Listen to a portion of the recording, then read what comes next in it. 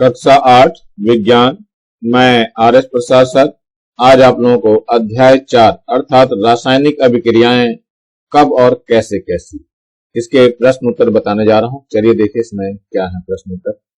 तो सबसे पहला है प्रश्न आपका, रासायनिक अभिक्रियाओं से आप क्या समझते हैं, क्या है रासायनिक अभिक्रिया। इसमें क्या है, इसका उत्तर लिखना है आपको। जब एक या एक से अधिक पदार्थ आपस में क्रिया करके नया पदार्थ बनाते हो तो ऐसी अभिक्रियाओं को रासायनिक अभिक्रिया कहते हैं।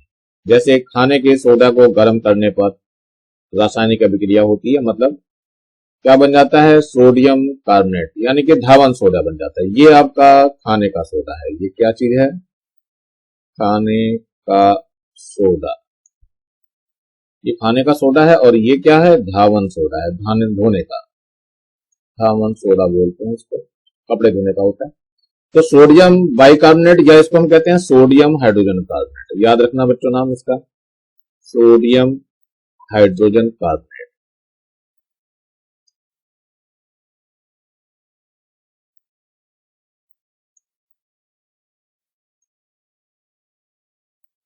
सोडियम हाइड्रोजन कार्बोनेट है। ये आपका सोडियम कार्बोनेट बन रहा है और प्लस वाटर बन गया जल यानी, और ये कार्बन डाइऑक्साइड। तो ये हमारे प्रोडक्ट बन रहे हैं यानी कि उत्पाद बन रहे हैं। तो यही है रासायनिक अभिक्रियाओं में, जब एक या एक से अधिक पदार्थ अभिक्रिया करके नया पदार्थ बनाता है तो इसको हम कहते हैं रासायनिक अभिक्रिया। चलिए नंबर 2 देखते हैं क्या है ये। मोमबत्ती का जलना एक रासायनिक अभिक्रिया है। इस अभिक्रिया से जुड़े संभावित लक्षण लिखने हैं। तो चलिए मोमबत्ती को जला के देखते हैं जरा। मोमबत्ती का जलना एक रासायनिक अभिक्रिया है। कैसे है, क्योंकि मोमबत्ती एक कार्बन है जो कि वायु यानी ऑक्सीजन की उपस्थिति में ऑक्सीजन के साथ अभिक्रिया करके क्या करती है, जल करके कार्बन डाइऑक्साइड बनाती है। तो ये आपका कार्बन हो गया, ये ऑक्सीजन हो गई, आपस में अभिक्रिया करके कार्बन डाइऑक्साइड बना देती है। ये कार्बन डाइऑक्साइड बनता है। यानी हुआ क्या, इस अभिक्रिया में क्या क्या हुआ, जो संभावित लक्षण थे, एक तो गैस निकली कार्बन डाइऑक्साइड, दूसरा इसमें ऊष्मा का परिवर्तन भी होता है और अवस्था का भी परिवर्तन होता है। तो इसमें ऊष्मा यहाँ पे यानी कि ये ऊष्मा भी निकल गई साथ में, ये हो गया, अवस्था भी बदली इसमें यानी ठोस से द्रव में बदल गई और फिर गैस में बदल गई। चलिए आगे देखते हैं इसमें।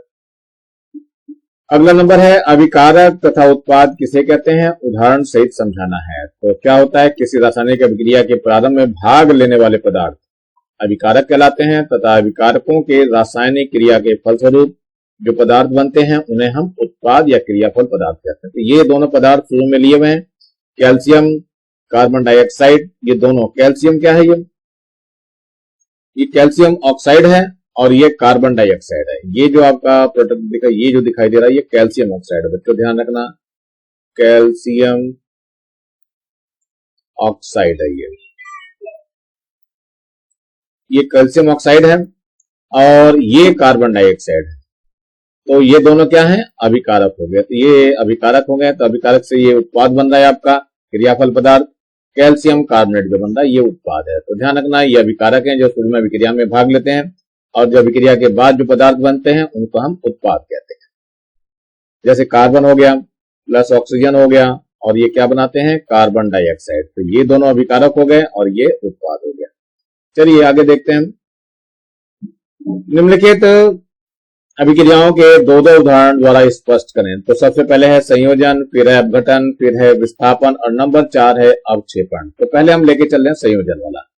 संयोजन में क्या है, जब दो या दो से अधिक पदार्थ परस्पर संयुक्त होकर के या जुड़ करके एक नया पदार्थ बनाते हैं तो उसे संयोजन अभिक्रिया कहते हैं। तो चलिए देखिए, जैसे उदाहरण इसका, मैग्नीशियम और ऑक्सीजन परस्पर अभिक्रिया करके क्या बनाते हैं, मैग्नीशियम ऑक्साइड जो कि नया पदार्थ है ये बनाते हैं। ये आपका मैग्नीशियम दिया हुआ है, ये आपका ऑक्सीजन दिया हुआ है, ये मैग्नीशियम ऑक्साइड बना ले रहा है। ऐसे दूसरा उदाहरण है, हाइड्रोजन है क्लोरीन है, आपस में अभिक्रिया करके हाइड्रोजन क्लोराइड बना लेती है। तो यह क्या हुआ, संयोजन की अभिक्रिया है। तो ध्यान रखना, यह संयोजन में क्या होता है, एक या एक से अधिक पदार्थ संयुक्त होकर के एक नया पदार्थ बनते हैं। नया पदार्थ एक ही होता है। चलिए और भी अभिक्रिया देख लिए। जैसे ये अमोनिया है, हाइड्रोक्लोरिक अम्ल के साथ मिलकर के क्या बनाती है, अमोनियम क्लोराइड बना लेती है। सल्फर है, ऑक्सीजन के साथ अभिक्रिया करके सल्फर डाइऑक्साइड बना लेती है। सल्फर डाइऑक्साइड ऑक्सीजन के साथ अभिक्रिया करके सल्फर ट्राइऑक्साइड बनाती है। सल्फर ट्राइऑक्साइड जल के साथ अभिक्रिया करके सल्फ्यूरिक अम्ल बनाती है। इस तरह से ये अभिक्रिया चलती है, संयोजन की अभिक्रिया कहलाती है। चलिए आगे देखते हैं, अपघटन क्या होता है। इस अभिक्रिया में अभिकारक टूट करके दो या दो से अधिक पदार्थ यानी उत्पाद में बदल जाता है। अपघटन की अभिक्रिया कहलाती है। जैसे क्या है, चूने के पत्थर को जब हम गर्म करते हैं तो चूना और कार्बन डाइऑक्साइड में अपघटित हो जाती है। इसे तापीय अपघटन करते हैं, क्योंकि ताप से हो रही है। अगर ये विद्युत के द्वारा हुई तो विद्युत अपघटन कहलाती है। तो कैल्शियम कार्बोनेट ले लिया गया है, कैल्शियम कार्बोनेट CaCO3, इसको गर्म कर रहे हैं। गर्म करने पे क्या बनना, कैल्शियम ऑक्साइड CaO और कार्बन डाइऑक्साइड CO2। लेकिन ये अभिक्रिया ऊष्मा के द्वारा होगा तो इसको हम क्या कहते हैं, तापीय अपघटन कहते हैं। अगर ये अभिक्रिया विद्युत के द्वारा होती है तो उसे हम विद्युत अपघटन कहते हैं। यह है जब पानी को गर्म करते हैं अर्थात जल का विद्युत अपघटन करते हैं तो हाइड्रोजन और ऑक्सीजन में अपघटित हो जाती है, इसे विद्युत अपघटन कहते हैं। ये गर्म जो है किसके द्वारा हो रही है, विद्युत के द्वारा। ये जल है और ये हाइड्रोजन गैस है और ये ऑक्सीजन गैस है, तो इसको हम क्या कहते हैं, विद्युत अपघटन कहते हैं।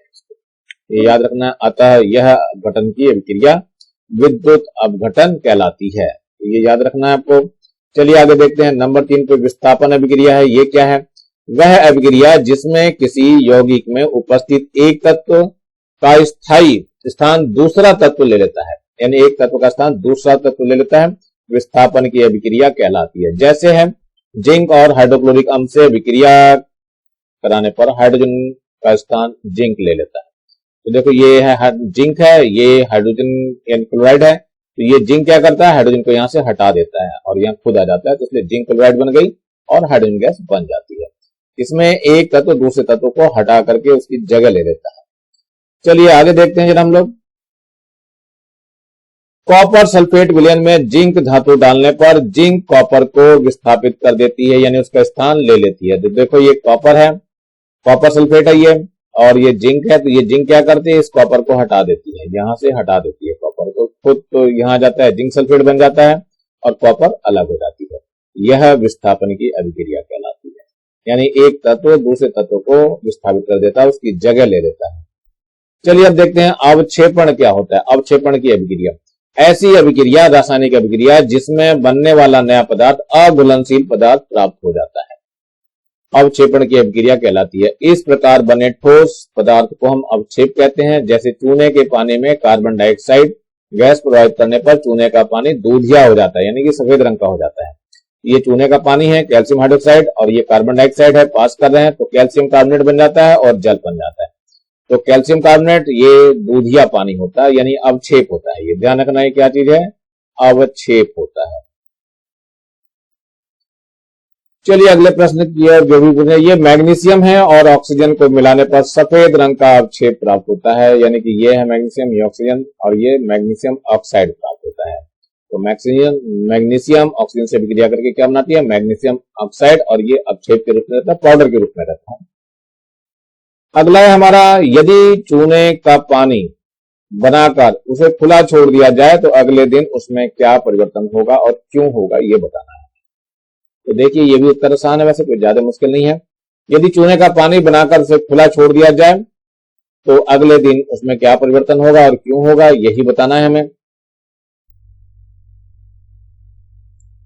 यदि चूने का पानी बनाकर इसे खुला छोड़ दिया जाए तो वह वायु में उपस्थित कार्बन डाइऑक्साइड, यानी ये कार्बन डाइऑक्साइड से अभिक्रिया करके कैल्शियम कार्बोनेट बना लेता है, जो पानी को दूधिया कर देता है। तो ये देखिए कैल्शियम ऑक्साइड है, ये जल से अभिक्रिया कर लेता है और कैल्शियम हाइड्रोक्साइड बना ले रहा है, लेकिन कैल्शियम हाइड्रोक्साइड और कार्बन डाइऑक्साइड अभिक्रिया करके कैल्शियम कार्बोनेट बना लेता है, यही दूधिया होता है, इसी को हम दूधिया कहते हैं।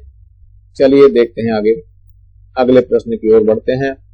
उदासीनीकरण अभिक्रिया क्या है, एक उदाहरण दीजिए। तो क्या है, ऐसी अभिक्रिया जिसमें अम्ल और क्षार परस्पर क्रिया करके लवण तथा पानी बनाते हैं, उदासीनीकरण की अभिक्रिया कहलाती है। जैसे सोडियम हाइड्रोक्साइड, ये क्या है, क्षार है, और हाइड्रोक्लोरिक अम्ल ये अम्ल है, परस्पर अभिक्रिया करके सोडियम क्लोराइड और पानी बनाते हैं। सोडियम क्लोराइड क्या है, लवण है। तो ये अभिक्रिया दी है, सोडियम हाइड्रोक्साइड हो गया, ये हाइड्रोक्लोरिक अम्ल हो गया, ये सोडियम क्लोराइड लवण बन रहा है और ये जल पानी बन रहा है।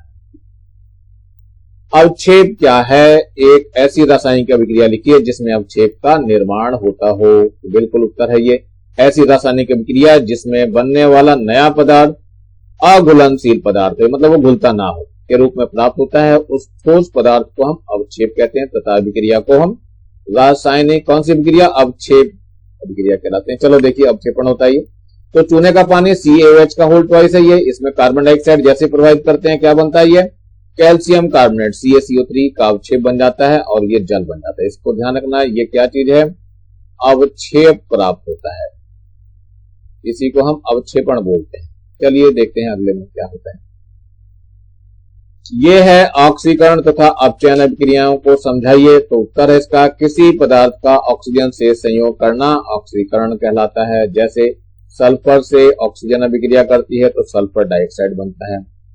और तथा किसी यौगिक में ऑक्सीजन की कमी होने को अपचयन कहते हैं। जैसे ये मर्क्यूरिक ऑक्साइड है, इसमें से मरकरी अलग हो गई और ऑक्सीजन अलग हो गई, तो इसको भी हम अपचयन कहते हैं। ऑक्सीकरण और अपचयन को क्रमशः हाइड्रोजन की कमी और हाइड्रोजन के योग से भी परिभाषित करते हैं। चलिए ठीक है, नेक्स्ट है आपका सही उत्तर का चयन कीजिए, यानी आपका ये अब टिक मार्क के क्वेश्चन आ गए, कौन से क्वेश्चन सही है कौन से गलत है। तो पहले ये दिया हुआ है आपका पहला क्वेश्चन, सोडियम हाइड्रोक्साइड और हाइड्रोक्लोरिक अम्ल NaCl बन जाता है और जल बन जाता है। तो ये अभिक्रिया कौन सी है, तो ये बच्चों अभिक्रिया उदासीनीकरण अभिक्रिया, क्योंकि क्षार अम्ल से अभिक्रिया करके उदासीन होता है। नंबर 2 है दहन के समय पदार्थ ऑक्सीजन से जुड़ता है, तो यह अभिक्रिया क्या कहलाती है, ऑक्सीकरण कहलाती है, ऑक्सीजन का जुड़ना हो गया। नंबर 3 क्या है, इसमें से कौन सा लक्षण रासायनिक अभिक्रिया का नहीं है, बताना पड़ेगा। क्रिया में ऊष्मा उत्पन्न होना होती है बिल्कुल, उत्पादन के रंग में परिवर्तन होना,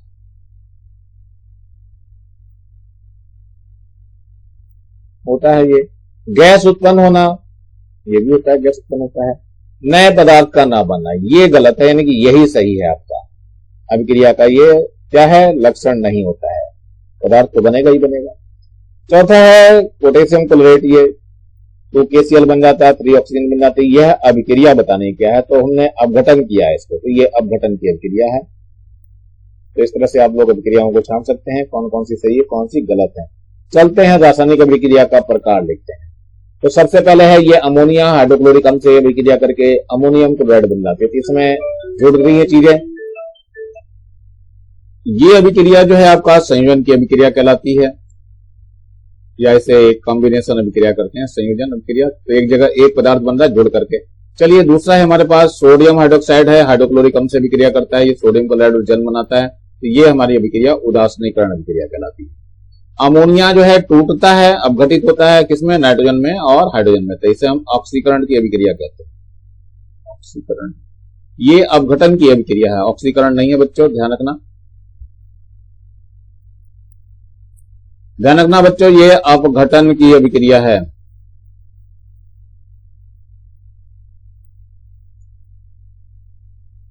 अपघटन भी नहीं बल्कि वियोजन कहो तो ज्यादा बढ़िया है, ये वियोजन बोलिए इसको, वियोजन की अभिक्रिया। लेकिन ये साथ साथ ऑक्सीकरण की अभिक्रिया, क्योंकि हाइड्रोजन की कमी हो रही है। देखो यहाँ पे हाइड्रोजन की कमी होगी तो ये ऑक्सीजन ऑक्सीकरण की अभिक्रिया भी कहलाती है ये। चलिए आगे देखिए, इसमें ये है कॉपर सल्फेट है, जिंक के साथ अभिक्रिया कर रहा है, जिंक सल्फेट और कॉपर प्राप्त होता है, तो ये जिंक कॉपर को विस्थापित कर दे रहा है, इसलिए ये विस्थापन की अभिक्रिया थी। चलिए आगे की तरफ बढ़ते हैं हम लोग। अगला है जब कैल्शियम कार्बोनेट को गर्म किया जाता है तब कैल्शियम ऑक्साइड और कार्बन डाइऑक्साइड प्राप्त होते हैं। ये कैल्शियम कार्बोनेट है, ये कैल्शियम ऑक्साइड और ये कार्बन डाइऑक्साइड है। तो यह किस प्रकार की अभिक्रिया है और इसमें कौन सा अभिकारक और कौन सा उत्पाद होना। तो सबसे पहले अभिक्रिया कौन सी है, तो अपघटन की अभिक्रिया हुई है, अपघटित हो जा रहा है ये। तो अपघटित मैंने पीछे भी दिखाया था, वियोजन भी बताया था, इसी को अपघटन भी बोलते हैं, अपघटन भी बोलते हैं, दोनों ही चीजें हैं यहाँ पर। तो ध्यान रखना, पीछे भी मैंने ऐसा ही कुछ बताया था। कहां पे था ये मैंने बताया था वियोजन की अभिक्रिया है ये। तो ये वाली वियोजन भी है, इसको अपघटन भी बोल सकते हो और ऑक्सीकरण भी बोल सकते हो, क्योंकि ये हाइड्रोजन इसमें से निकल रही है। तो तीन ही बातें इसमें, तो आप लोग बता सकते हो इसको। चलिए यहां देखिए क्या हुआ, अपघटन की अभिक्रिया है, इसमें कैल्शियम कार्बोनेट जो है वो अभिकारक हो गया, मेन तो ये अभिकारक हो जाएगा कैल्शियम कार्बोनेट, और कैल्शियम ऑक्साइड जो बना और कार्बन डाइऑक्साइड बन गया, तो ये सब उत्पाद कहलाएंगे। तो उत्पाद और अभिकारक आपको समझ में आ जाना चाहिए। इधर के पदार्थ जो होते हैं ये अभिकारक होते हैं, ये अभिकारक है, और इधर के जो पदार्थ होते हैं ये दोनों मिलकर के उत्पाद होते हैं। चलिए ठीक है, आगे अगला प्रश्न है हमारे पास, निम्नलिखित रासायनिक अभिक्रियाओं के दो दो उदाहरण दीजिए और लिखना है इसको। सबसे पहले है अवक्षेप का बनना, फिर नंबर 2 है ऊष्मा निकलना और नंबर 3 है रंग परिवर्तन। तो पहले हम अवक्षेप के बनने की बात कर लेते हैं। तो सबसे पहले कैल्शियम हाइड्रोक्साइड है, इसमें कार्बन डाइऑक्साइड पास करते हैं तो क्या बनता है, कैल्शियम कार्बोनेट का अवक्षेप प्राप्त होता है और जल प्राप्त होता है। ऐसे ही सिल्वर नाइट्रेट है, इसमें सोडियम क्लोराइड मिलाते हैं तो सिल्वर क्लोराइड का अवक्षेप प्राप्त होता है और सोडियम नाइट्रेट। ऊष्मा निकलने वाला उदाहरण देखो, कैल्शियम ऑक्साइड है और जल इसमें जैसे मिलाते हैं वैसे कैल्शियम हाइड्रोक्साइड बन जाता है और ऊष्मा यानी गर्म होने लगता है। ऐसे मैग्नीशियम है, मैग्नीशियम को ऑक्सीजन के साथ जलाते हैं तो मैग्नीशियम ऑक्साइड बनता है और प्लस ऊष्मा निकलती है। तो ये उदाहरण है आपके नंबर 2। ऊष्मा निकलने वाले हो गए। अब नंबर 3 आ गया रंग परिवर्तन। रंग विद्युत की तरह बदलता है, रंग अभिक्रिया भी रंग बदलती है। जैसे स्टार्च पर आयोडीन की विलयन की क्रिया से स्टार्च का रंग बैंगनी हो जाता है। नंबर 2 क्या है, मिथाइल ऑरेंज एसिड विलयन की तुलना में गुलाबी रंग और एल्केलाइन की क्रिया में पीला रंग देता है। तो ये रंग बदलते हैं। चलिए नीचे कुछ क्रियाएं दी जा रही हैं जिनमें से रासायनिक अभिक्रियाओं की पहचान करके कारण सहित लिखना है। तो सबसे पहले बर्फ का पिघलना है, ये तो भौतिक परिवर्तन हो गया क्योंकि ठोस से द्रव में बदल रहा है। शक्कर का पानी में घुलना, ये भी भौतिक परिवर्तन है। और लकड़ी का जलना, ये रासायनिक परिवर्तन है, रासायनिक अभिक्रिया है क्योंकि लकड़ी जो है ऑक्सीजन के साथ जल करके कार्बन डाइऑक्साइड गैस बना देती है जो वापस नहीं आएगी। आज ये कटे हुए आलू, बैगन तथा सेब का काला पड़ जाना, ये भी रासायनिक अभिक्रिया है। मोमबत्ती का पिघलना भौतिक परिवर्तन है। चांदी के आभूषणों पर काला पड़ जाना, ये रासायनिक अभिक्रिया है, इसमें सिल्वर ऑक्साइड का पड़ता है, अवक्षेप लगता है। चलिए दूध का खट्टा हो जाना, दूध खट्टा हो गया तो रासायनिक अभिक्रिया, अब वो दोबारा नहीं सही होगा। हरे पौधों द्वारा सूर्य के प्रकाश में भोजन का निर्माण भी रासायनिक अभिक्रिया है। इस तरह से आप अभिक्रियाओं को छांट सकते हैं। चलिए आगे देखते हैं, अंतर स्पष्ट करना है। नंबर है ऑक्सीकरण तथा अपचयन की अभिक्रिया।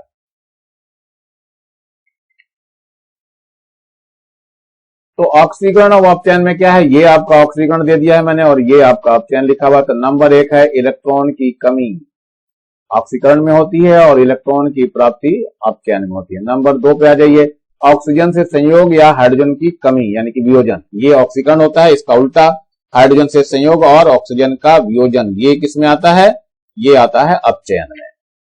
अब आता है नंबर 3। नंबर 3 में क्या चीज है, विद्युत ऋणात्मक अवयव बढ़ता है, इसमें विद्युत ऋणात्मक अवयव घटता है अपचयन में। इसमें आ जाओ, ऑक्सीकरण में क्या होता है, विद्युत धनात्मक अवयव घटता है, जबकि अपचयन में क्या है, विद्युत धनात्मक अवयव बढ़ता है। रासायनिक अभिक्रियाओं के लक्षण लिखने हैं। तो रासायनिक अभिक्रियाओं के निम्नलिखित लक्षण है। नंबर 1, रासायनिक अभिक्रिया में नए पदार्थ बनते हैं, पहला लक्षण हो गया। दूसरा क्या है, कुछ रासायनिक अभिक्रियाओं में गैस उत्पन्न होती है। तीसरा क्या है, कुछ रासायनिक अभिक्रियाओं में पदार्थ का रंग परिवर्तन होता है। नंबर 4 क्या है, कुछ रासायनिक अभिक्रियाओं में ऊष्मा उत्पन्न होती है। नंबर 5, कुछ रासायनिक अभिक्रियाओं में ऊष्मा का अवशोषण होता है। नंबर 6, कुछ रासायनिक अभिक्रियाओं में अभिकारकों की अवस्था में परिवर्तन होता है, इसकी अवस्था में परिवर्तन होता है, मतलब अवस्था बदल जाती है आपकी। चलिए अगले प्रश्न की ओर बढ़ते हैं। ऐसी रासायनिक अभिक्रियाओं के उदाहरण लिखिए जो एक से अधिक लक्षणों को प्रदर्शित करती है। तो मोमबत्ती का जलना एक से अधिक हो गया, देखो कैसे, ये carbon plus oxygen carbon dioxide बन गई। मोमबत्ती के जलने पे क्या हुआ लक्षण, पहले तो एक ऊष्मा निकली, ऊष्मा परिवर्तन, दूसरा अवस्था परिवर्तन हो गया, तीसरा गैस का निकलना हो गया। 3 इसके अंदर हो गए हैं। तो इस तरह से आप लिख सकते हैं तीनों को। अगला है एक और, अपने आसपास होने वाली रासायनिक परिवर्तनों की सूची बनाइए तथा उन्हें रासायनिक क्रियाओं के विभिन्न प्रकार में बांटिए। ये देखिए कुछ रासायनिक परिवर्तन दे रखे हमने, ये रासायनिक परिवर्तन है और रासायनिक क्रियाओं के नाम लिख रहे हैं, क्या क्या है। सबसे पहले नंबर 1 है दही का जमना, तो जैव रासायनिक अभिक्रिया हो गई। कोयले का दहन संयोजन की अभिक्रिया हो गई। चांदी के आभूषणों पर काला पड़ जाना अवक्षेपण की अभिक्रिया हो गई। लोहे पर जंग लगना ऑक्सीकरण की अभिक्रिया होगी। चूने के पानी का दूधिया हो जाना अवक्षेपण की अभिक्रिया होगी। इस तरह से हम लिस्ट कर सकते हैं, इसको बना सकते हैं लिस्ट इसका। अब है, सीमा ने जब ग्लूकोज मुंह में डाला तब जीभ में उसे ठंडा ठंडा लगा, ऐसा क्यों हुआ, इस क्रिया को क्या कहेंगे। सीमा ने जब ग्लूकोज मुंह में डाला तब जीभ में उसे ठंडा ठंडा इसलिए लगा क्योंकि ग्लूकोज उसके जीभ पर शरीर से ऊष्मा अवशोषित कर वाष्पित हो गए। इस क्रिया को ऊष्मा शोषी अभिक्रिया कहते हैं। जिसमें ऊष्मा शोषित होती है ऊष्मा शोषी, और जिसमें ऊष्मा निकलती है उसे ऊष्मा क्षेपी अभिक्रिया कहते हैं। ऊष्मा क्षेपी अभिक्रिया मैं एक लिख करके दिखा दे रहा हूं, CaO है, और इसमें जल से अभिक्रिया होती है तो क्या बनता है, ये CaOH का होल ट्वाइस और प्लस, बस यही बनता है। और इसे प्लस का क्या बनता है, ऊष्मा निकलती है इसमें, इसे कहते हैं ऊष्माक्षेपी अभिक्रिया। ऊष्माक्षेपी अभिक्रिया वह अभिक्रिया जिसमें ऊष्मा निकलती है, ऊष्माक्षेपी अभिक्रिया कहलाती है। इसी के साथ ये लेसन समाप्त हो रहा है। नीचे दिया हुआ है सब्सक्राइब का बटन, इसे दबा लेंगे, दबा के सब्सक्राइब कर लेंगे और मेरे वीडियो को लाइक करेंगे, कमेंट्स करेंगे और जो है बेल आइकन को दबा लेंगे, जिससे मैं वीडियो डालूं तो आप लोगों को सबसे पहले नोटिफिकेशन मिल सके। और ज्यादा से ज्यादा बच्चों को शेयर करेंगे, जिससे ज्यादा बच्चों को फायदा हो सके और ज्यादा बच्चों को आसानी हो प्रश्नों के उत्तर लिखने में। Thank you, have a nice day. इसी के साथ मैं RS प्रसाद सर आज का वीडियो यही समाप्त करता हूं और हैप्पी टीचर्स डे सभी को, ऑल द बेस्ट।